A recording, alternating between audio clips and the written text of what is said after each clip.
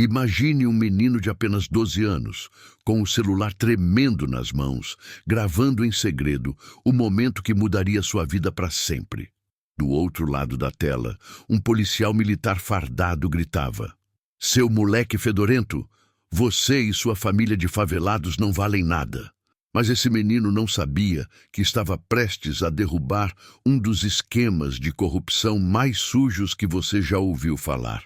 Se você também acredita que a verdade sempre vence, inscreva-se agora para ouvir mais histórias reais que expõem a corrupção e trazem justiça.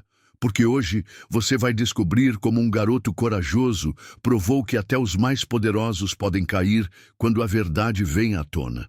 Vamos começar falando do sargento Ronaldo Ferreira, um homem de 45 anos que há 15 anos usava a farda da polícia militar como escudo para os crimes mais baixos que você pode imaginar. Alto, forte, com aquela postura intimidadora de quem sabia exatamente o poder que tinha nas mãos. Ronaldo não era apenas um policial corrupto comum, ele era o rei de um império construído sobre o medo e a humilhação dos mais vulneráveis. Toda terça e sexta-feira, Ronaldo fazia sua ronda especial pela comunidade do Sol Nascente, na periferia de Brasília. Mas não era uma ronda para proteger ninguém, não. Era para cobrar sua taxa de proteção. Ele parava na frente de cada barraquinha, de cada pequeno comércio e estendia a mão. Quem não pagasse? Bom, digamos que os problemas começavam na mesma hora. Dona Maria, que vendia pastel na entrada da comunidade, me contou depois que Ronaldo chegava sempre com aquele sorriso cruel e falava: "E aí, Dona Maria, tá tudo em dia por aqui?" Ela sabia exatamente o que isso significava. R$ 50 toda semana, ou sua barraquinha seria fiscalizada e fechada por alguma irregularidade inventada na hora. O pior de tudo é que Ronaldo não se contentava apenas em extorquir dinheiro. Ele humilhava as pessoas por prazer. Fazia questão de gritar na frente de todo mundo: "Vocês, moradores de favela, precisam aprender a respeitar a autoridade." Ele obrigava os jovens a se encostarem na parede e revistava cada um como se fossem criminosos, só porque sim. E se alguém reclamasse, a resposta era sempre a mesma: "Quer que eu te leve para a delegacia por desacato à autoridade?" Mas o que ninguém sabia é que Ronaldo tinha uma rede muito maior por trás. Ele não trabalhava sozinho. O esquema envolvia outros 3 policiais da mesma corporação e até mesmo o subcomandante da região, Tenente-Coronel Márcio Santos. Juntos, eles controlavam não apenas a comunidade do Sol Nascente, mas outras 5 comunidades vizinhas. Estamos falando de mais de 30.000 pessoas vivendo sob o jugo desses criminosos fardados. O dinheiro arrecadado não era pouco. Cada comunidade rendia cerca de R$ 8.000 por mês para o grupo. Multiplique isso por 6 comunidades durante 15 anos. Estamos falando de milhões de reais construídos sobre o sofrimento das famílias mais pobres da cidade. E o que eles faziam com esse dinheiro? Ronaldo tinha uma casa de campo luxuosa, carros importados e até mesmo um pequeno avião. Tudo isso com salário de sargento da PM. O mais revoltante era ver como Ronaldo tratava as crianças. Ele tinha um prazer mórbido em humilhar os menores, especialmente aqueles que mostravam alguma rebeldia ou inteligência. Para ele, criança esperta era criança perigosa. E foi exatamente por isso que ele acabou cometendo o maior erro da sua vida suja. Agora deixa eu te apresentar Gabriel Santos, um menino de 12 anos que morava na comunidade do Sol Nascente desde que nasceu. Gabriel não era uma criança comum.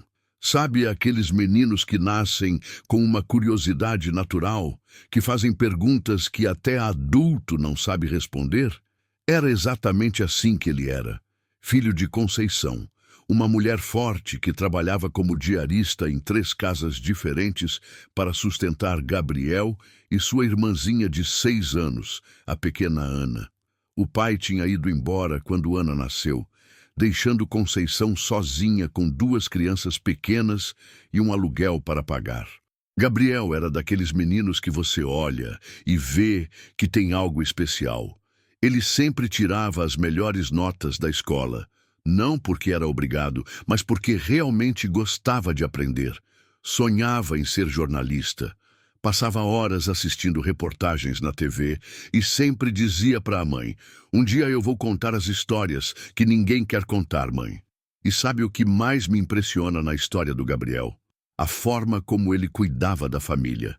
Com apenas 12 anos, ele já ajudava a mãe com as tarefas de casa, levava a irmãzinha para a escola e ainda encontrava tempo para os estudos. Conceição sempre dizia: "Esse menino nasceu com o coração de um homem adulto." Mas Gabriel tinha uma característica que incomodava muita gente. Ele não baixava a cabeça. Quando via algo errado, ele falava. Quando via injustiça, ele questionava. E isso, na comunidade do Sol Nascente, era um problema. Porque ali a regra era simples: cale a boca e pague o que é cobrado. Todas as terças e sextas, quando o sargento Ronaldo fazia sua ronda de extorsão, Gabriel ficava observando da janela do seu barraco.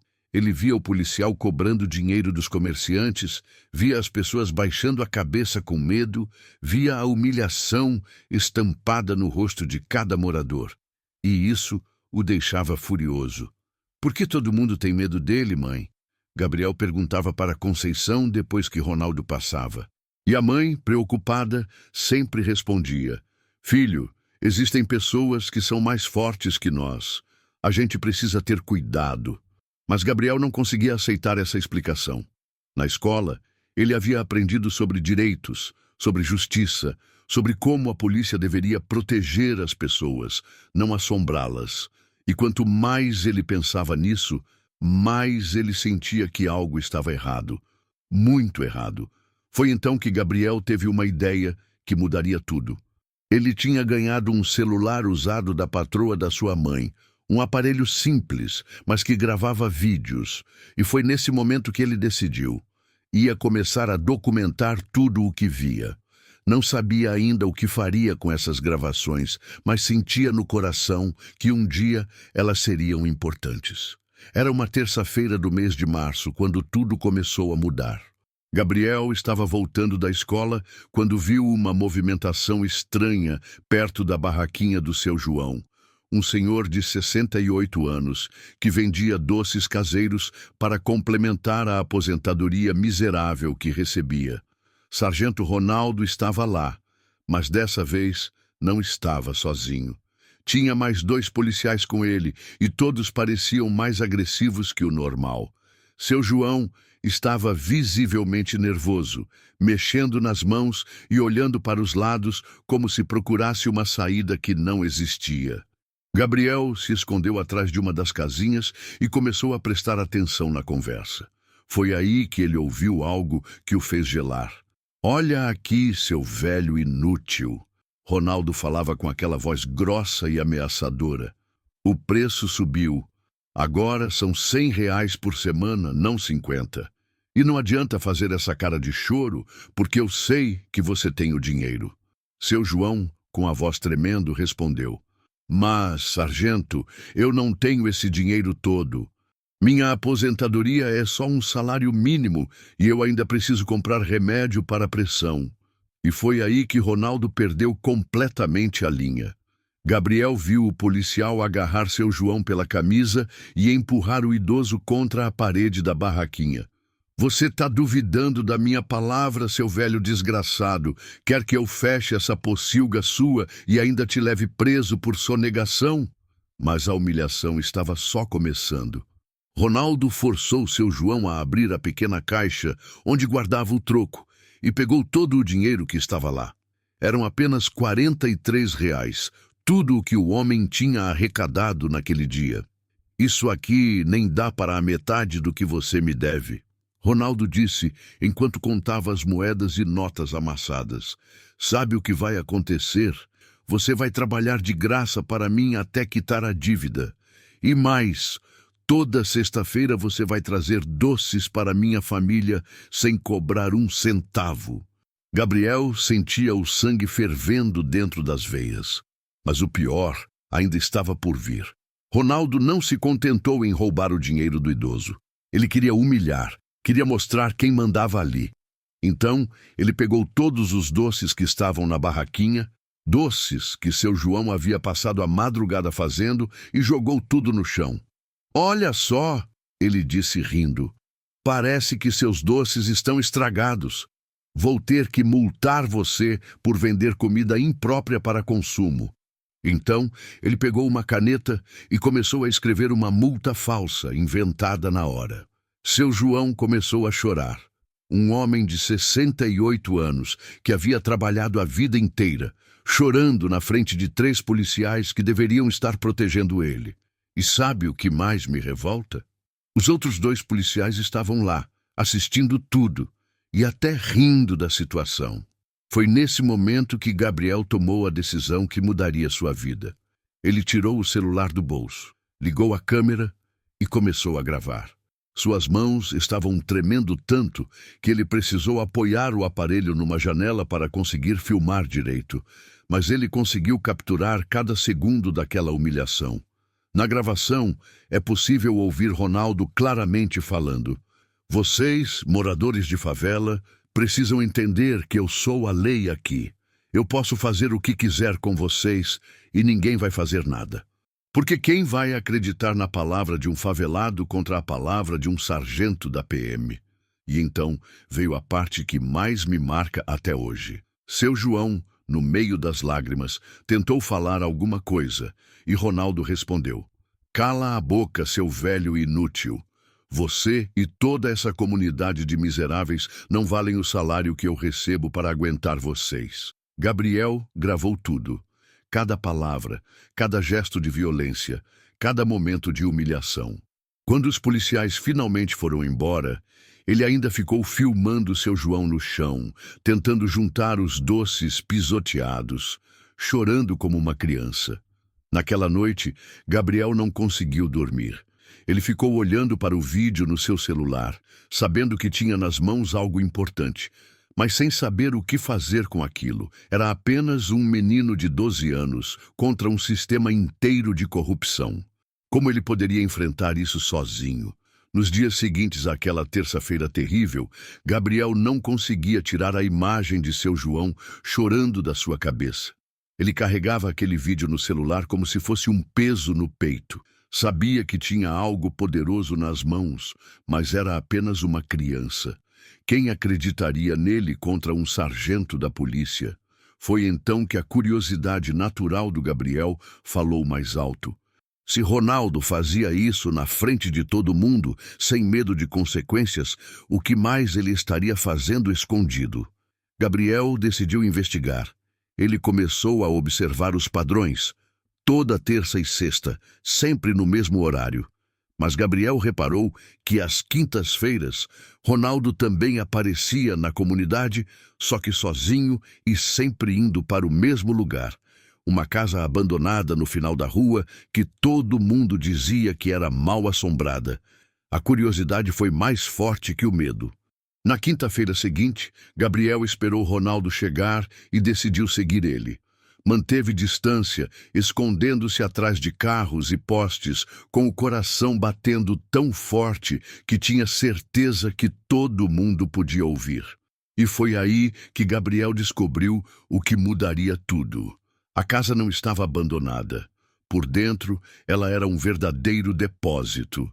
Gabriel conseguiu se aproximar de uma janela quebrada e ver o que havia lá dentro. Era uma montanha de mercadorias. Televisões, celulares, equipamentos eletrônicos, até mesmo motocicletas desmontadas. E no meio de tudo, uma mesa cheia de dinheiro sendo contado por 4 homens. Gabriel reconheceu 3 deles. Eram os policiais que sempre acompanhavam Ronaldo. Mas havia um 4º homem que ele nunca tinha visto. Um senhor mais velho, também fardado, mas com mais estrelas no ombro. Depois ele descobriria que se tratava do tenente-coronel Márcio Santos. Gabriel ligou a câmera do celular e começou a gravar novamente. Desta vez, conseguiu capturar uma conversa que o deixou chocado. "A operação desta semana rendeu bem. dizia Ronaldo enquanto separava maços de dinheiro. Conseguimos 3 cargas de cigarros contrabandeados, 2 motocicletas roubadas e ainda tivemos a arrecadação normal das comunidades. O homem mais velho, que Gabriel ainda não sabia quem era, respondeu: Perfeito, mas precisamos aumentar a pressão sobre os comerciantes. Quero que vocês dobrem os valores. Quem não pagar, vocês inventam alguma contravenção e apreendem a mercadoria. Simples assim. Gabriel mal podia acreditar no que estava ouvindo. Não era apenas extorsão. Era um esquema completo de roubo, contrabando e corrupção. Aqueles policiais não eram apenas alguns corruptos isolados. Eram uma organização criminosa completa, operando há anos debaixo do nariz de todo mundo. Mas a descoberta mais chocante ainda estava por vir. Gabriel viu Ronaldo pegar uma pasta e mostrar para os outros. Aqui estão todas as informações sobre as batidas que vamos fazer na próxima semana. Locais, horários, tudo. Nossos parceiros já sabem onde não devem estar. Gabriel entendeu na hora. Eles não estavam apenas roubando a comunidade. Eles estavam vendendo informações policiais para criminosos, avisando onde e quando haveria operações. Era traição em todos os níveis possíveis. A gravação continuou por mais 15 minutos.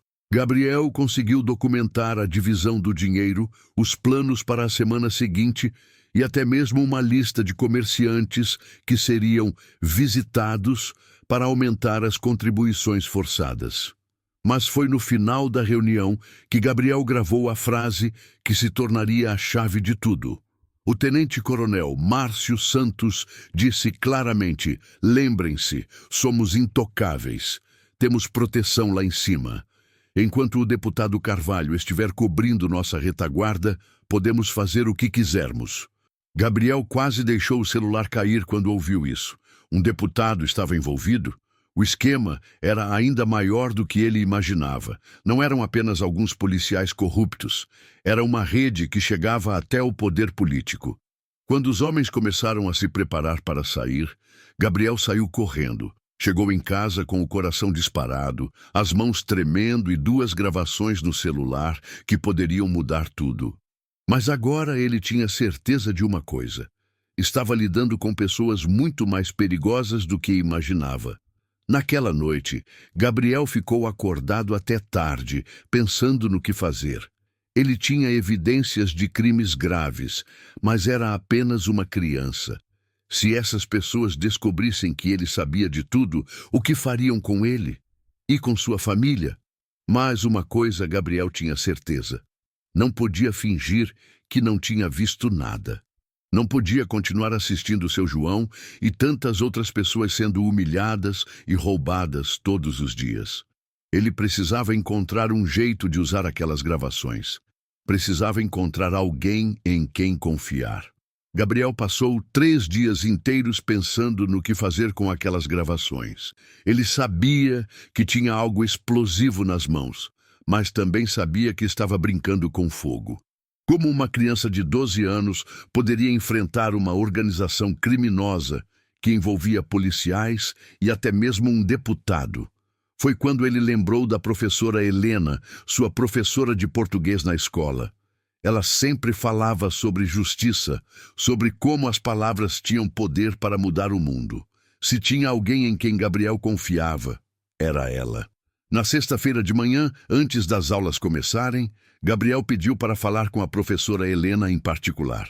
Com as mãos tremendo, ele mostrou os vídeos para ela. A reação da professora foi exatamente o que Gabriel esperava. Choque, indignação e, principalmente, preocupação. Gabriel, isso é muito sério, ela disse depois de assistir às gravações. Você tem provas de crimes graves aqui, mas também é muito perigoso. Essas pessoas não vão gostar nada de ser expostas. A professora Helena conhecia um jornalista investigativo, Carlos Mendonça, que trabalhava para um jornal local e já havia exposto outros casos de corrupção. Ela ligou para ele e marcaram um encontro para aquele mesmo dia à tarde. Carlos Mendonça era um homem sério, com mais de 20 anos de experiência em jornalismo investigativo. Quando viu as gravações do Gabriel, seus olhos brilharam.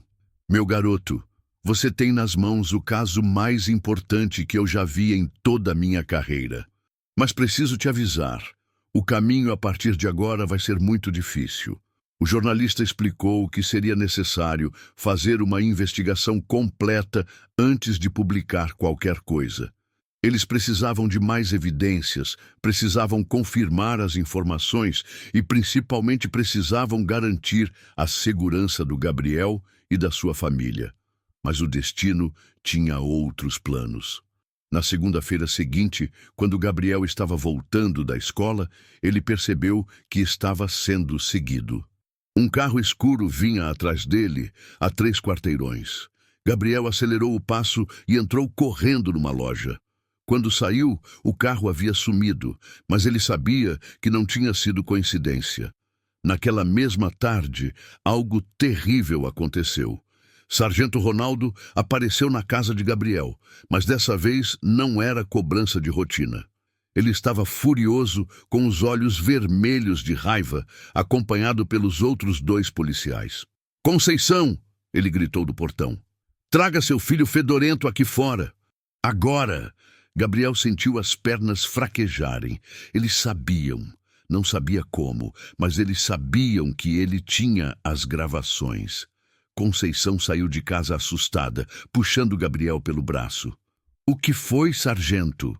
ela perguntou, tentando manter a voz firme. Ronaldo não respondeu para ela. Falou diretamente com Gabriel, com uma voz baixa e ameaçadora. "Escuta aqui, moleque esperto. Eu sei que você anda fazendo coisas que não deveria fazer. Anda se metendo em assuntos que não são da sua conta." Gabriel tentou fingir que não entendia, mas Ronaldo continuou. "Sabe o que acontece com meninos curiosos demais? Eles desaparecem. E quando desaparecem, ninguém nunca mais encontra eles." A ameaça estava clara. Gabriel sentiu o mundo girar ao redor dele. Conceição puxou o filho para perto e disse: "Meu filho não fez nada de errado, sargento." "Ah, não fez?" Ronaldo riu com desprezo. "Então por que vocês não me mostram o celular dele? Só para ter certeza de que está tudo certo." Foi aí que Gabriel soube que estava perdido. Se eles pegassem seu celular, encontrariam as gravações na hora. Mas se ele se recusasse a entregar, isso seria uma confissão. Não havia saída, mas foi nesse momento que aconteceu algo inesperado. Dona Rosa, uma senhora de 74 anos que morava na casa ao lado, saiu do seu portão carregando uma panela. "Ô sargento!" ela gritou. "O senhor pode vir aqui um minutinho? É que meu neto deixou o celular gravando uma música aqui em casa, e agora eu não sei como desligar essa coisa. Tá gastando a bateria toda." Ronaldo olhou para Dona Rosa com irritação. "Dona Rosa, eu estou ocupado agora." "Mas é rapidinho," ela insistiu. "E olha, aproveita que tá aqui e leva esses docinhos para sua família. Eu fiz demais e vai estragar tudo." O que Gabriel não sabia é que Dona Rosa havia escutado toda a conversa da sua janela e que ela, como muitas pessoas da comunidade, já estava cansada dos abusos de Ronaldo. Ela estava ganhando tempo para Gabriel. Gabriel entendeu o sinal na hora. Enquanto Ronaldo estava distraído com Dona Rosa, ele se aproximou da mãe e sussurrou: "Mãe, eu preciso sair daqui, agora." Conceição, sem entender completamente o que estava acontecendo, mas confiando no filho, disse alto: "Gabriel, vai comprar pão na padaria. Leva a Ana junto." Gabriel pegou a irmãzinha pela mão e saiu correndo. Ele sabia que tinha poucos minutos antes de Ronaldo perceber que ele havia fugido. Correu direto para a escola e ligou para a professora Helena. "Professora, eles descobriram. Eles vieram na minha casa ameaçar minha mãe." A professora Helena agiu rápido. Ela ligou para Carlos Mendonça, que por sua vez acionou contatos na Polícia Civil e no Ministério Público. Em questão de 2 horas, Gabriel estava sob proteção policial e as gravações estavam sendo analisadas pelas autoridades competentes. Mas Ronaldo não desistiu fácil. Naquela mesma noite, ele voltou à casa de Conceição, dessa vez sozinho. Bateu na porta com violência e gritou: Conceição, eu sei que seu filho tem algo que é meu. Se ele não devolver até amanhã, vocês vão ter que sair da comunidade. E não vai ser por bem. Conceição estava apavorada, mas agora ela entendia a gravidade da situação. Seu filho de 12 anos havia descoberto algo tão importante que policiais corruptos estavam dispostos a ameaçar uma família inteira para esconder. Foi a noite mais longa da vida de Gabriel. Ele estava escondido na casa de Carlos Mendonça, sabendo que sua mãe e irmã estavam em perigo por causa dele, mas também sabia que não podia voltar atrás. Tinha ido longe demais para desistir agora. A guerra havia começado. De um lado, uma criança corajosa com 2 gravações num celular. Do outro, uma organização criminosa com poder, dinheiro e disposição para fazer qualquer coisa para manter seus segredos. Mas Gabriel não sabia que o pior ainda estava por vir. Na manhã seguinte, Carlos Mendonça tomou a decisão que mudaria tudo. Ele não podia esperar mais. A segurança do Gabriel e da família dele estava em risco, e cada hora que passava era 1 hora a mais de perigo. Ele ligou para o procurador-geral do Ministério Público e disse: Dr. Fábio, eu tenho nas mãos o maior escândalo de corrupção policial que esse estado já viu. Preciso falar com o senhor hoje mesmo. Em 2 horas, Gabriel estava sentado numa sala do Ministério Público, contando sua história para 3 procuradores e 2 delegados da Polícia Civil. Quando eles viram as gravações, o silêncio na sala foi total. Depois de alguns minutos, o procurador-geral falou: Menino, você tem ideia da bomba que está nas suas mãos? As gravações mostravam crimes de corrupção, extorsão, formação de quadrilha, tráfico de influência e até mesmo envolvimento com contrabando. Mas o mais importante era a menção ao deputado Carvalho, e isso transformava o caso numa questão de segurança nacional. O Ministério Público agiu rápido. Em 48 horas, eles já tinham autorização judicial para grampos telefônicos, quebra de sigilo bancário e mandados de busca e apreensão. A operação seria deflagrada na sexta-feira seguinte, exatamente no dia em que Ronaldo fazia sua ronda de extorsão. Mas eles precisavam de mais evidências. Foi aí que Gabriel fez algo que ninguém esperava. Ele se ofereceu para usar um gravador escondido e confrontar Ronaldo mais uma vez. Absolutamente não, disse o procurador-geral. Você é uma criança. Não vamos colocar sua vida em risco. Mas Gabriel insistiu. Vocês não entendem. Ele vai ficar desconfiado se eu simplesmente sumir. Preciso voltar para casa, agir normal e conseguir que ele fale mais coisas. É a única forma de proteger minha família e conseguir evidências definitivas. Depois de muito debate, eles concordaram, mas com um esquema de proteção completo. Gabriel voltaria para casa com um microgravador colado no peito, escolta discreta da Polícia Civil e um plano de emergência caso algo desse errado. Na sexta-feira de manhã, Gabriel estava em casa quando Ronaldo chegou para sua ronda normal. Mas desta vez, ele estava visivelmente nervoso. Algo tinha mudado. Talvez ele soubesse que Gabriel havia procurado as autoridades. E aí, moleque? Ronaldo falou quando viu Gabriel na porta de casa. Pensou bem no que conversamos outro dia? Gabriel respirou fundo e respondeu: Pensei sim, sargento, e quero fazer um acordo com o senhor. Ronaldo se aproximou interessado. Que tipo de acordo?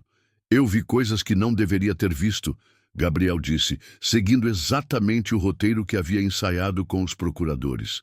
Mas eu sou só uma criança, não entendo nada de política ou de negócios. Só quero que minha família fique em paz. Ronaldo sorriu, achando que havia vencido. Ah, é?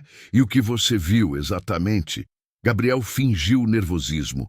Aquela casa no final da rua, eu vi o senhor lá com outros policiais, vi dinheiro, vi vocês falando de um deputado. A cara de Ronaldo mudou completamente. Ele agarrou Gabriel pelo braço. Escuta aqui, moleque, você não viu nada, entendeu? Nada. Mas eu vi sim, Gabriel insistiu. Vi vocês dividindo dinheiro, vi vocês falando do deputado Carvalho, vi tudo. Foi aí que Ronaldo cometeu o erro definitivo. Ele perdeu completamente o controle e começou a falar coisas que nunca deveria falar. Você não sabe de nada, moleque. O deputado Carvalho é nosso parceiro há 5 anos. Ele nos protege em Brasília e nós protegemos os negócios dele aqui. Sem ele, você acha que conseguiríamos operar livremente por tanto tempo? Gabriel continuou provocando. Mas que negócios, sargento? Que negócios? Ronaldo gritou. Contrabando, apreensões direcionadas, informações privilegiadas. Tudo o que você viu naquela casa é só uma pequena parte do que movimentamos. Somos uma empresa, moleque. Uma empresa que fatura milhões por ano. E então veio a confissão completa. Você acha que é só aqui? Controlamos 6 comunidades, temos parcerias com 3 deputados estaduais, 2 vereadores e até mesmo gente no governo federal. Somos intocáveis.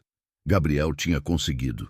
Ronaldo havia confessado tudo detalhadamente, e cada palavra estava sendo gravada com qualidade perfeita. Mas foi nesse momento que as coisas saíram do controle. Ronaldo percebeu que havia falado demais e ficou furioso.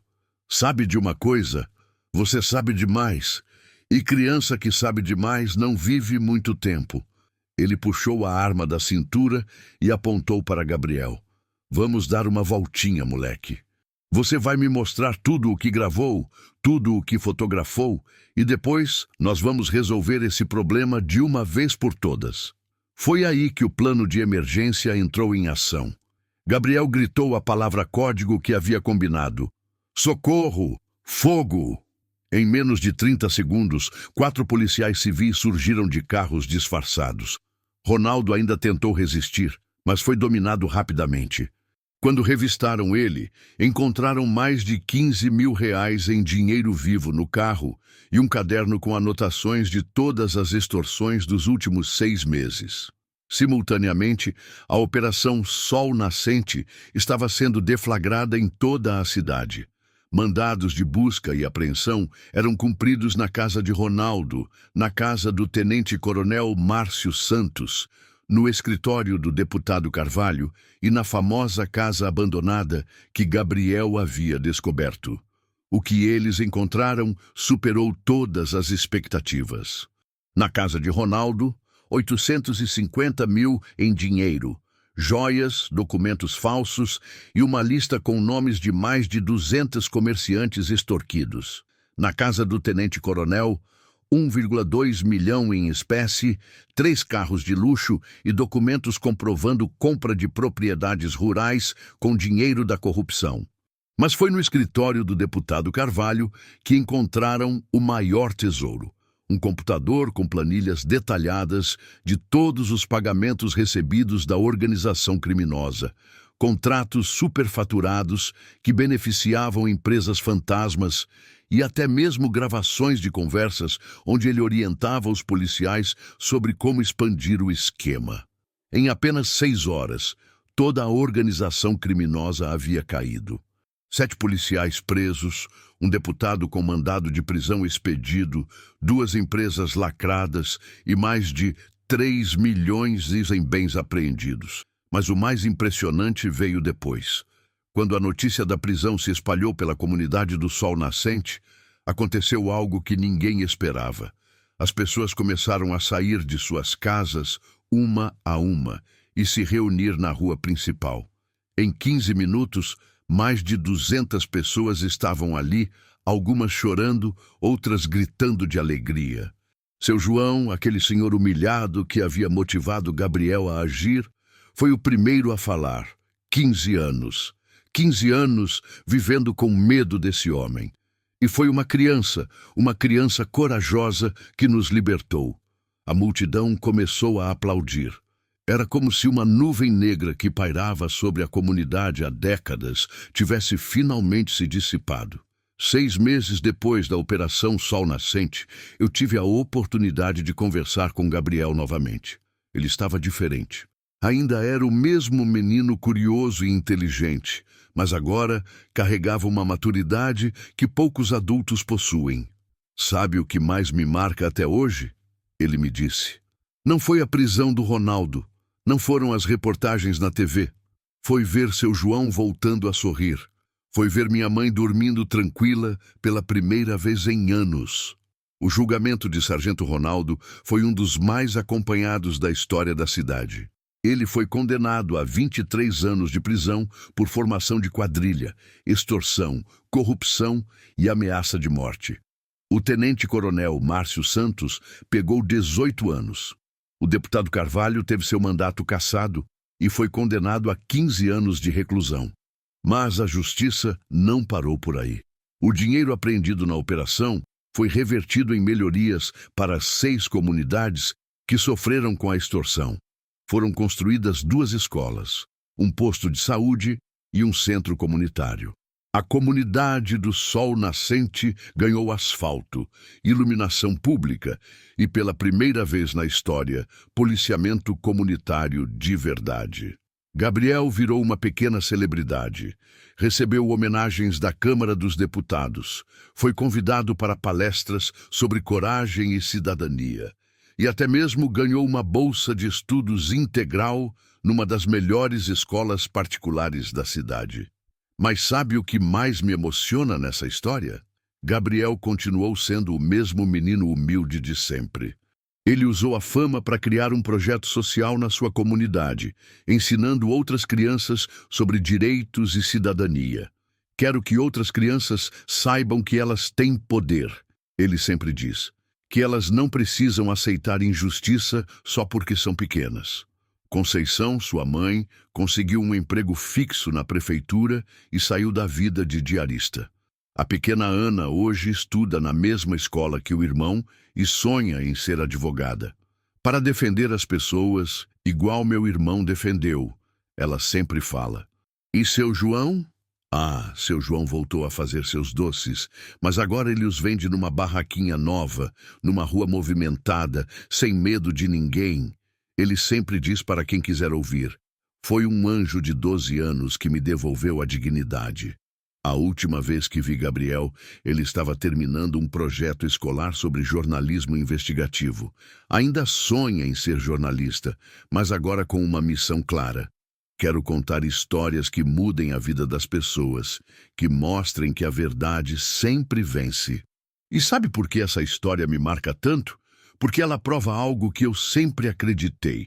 Não importa quão poderoso seja o vilão, não importa quão grande seja o esquema de corrupção, sempre existe alguém disposto a lutar pela verdade. Às vezes, esse alguém é apenas uma criança com um celular velho e um coração cheio de coragem. Gabriel me ensinou que heróis não nascem prontos. Eles se fazem na primeira vez que decidem não baixar a cabeça diante da injustiça. Eles se fazem quando escolhem fazer o que é certo, mesmo sabendo que é perigoso. Eles se fazem quando percebem que a sua voz, por menor que pareça, pode ecoar forte o suficiente para derrubar impérios inteiros de corrupção. Hoje, sempre que passo pela comunidade do Sol Nascente, vejo crianças brincando na rua sem medo, vejo comerciantes sorrindo, vejo pessoas que voltaram a acreditar que a justiça existe. E tudo isso por causa de um menino que se recusou a aceitar que as coisas tinham que ser daquele jeito. A verdade sempre vence. Sempre. E às vezes ela vem nas mãos mais improváveis. As mãos pequenas de uma criança que decidiu que já era hora de mudar o mundo.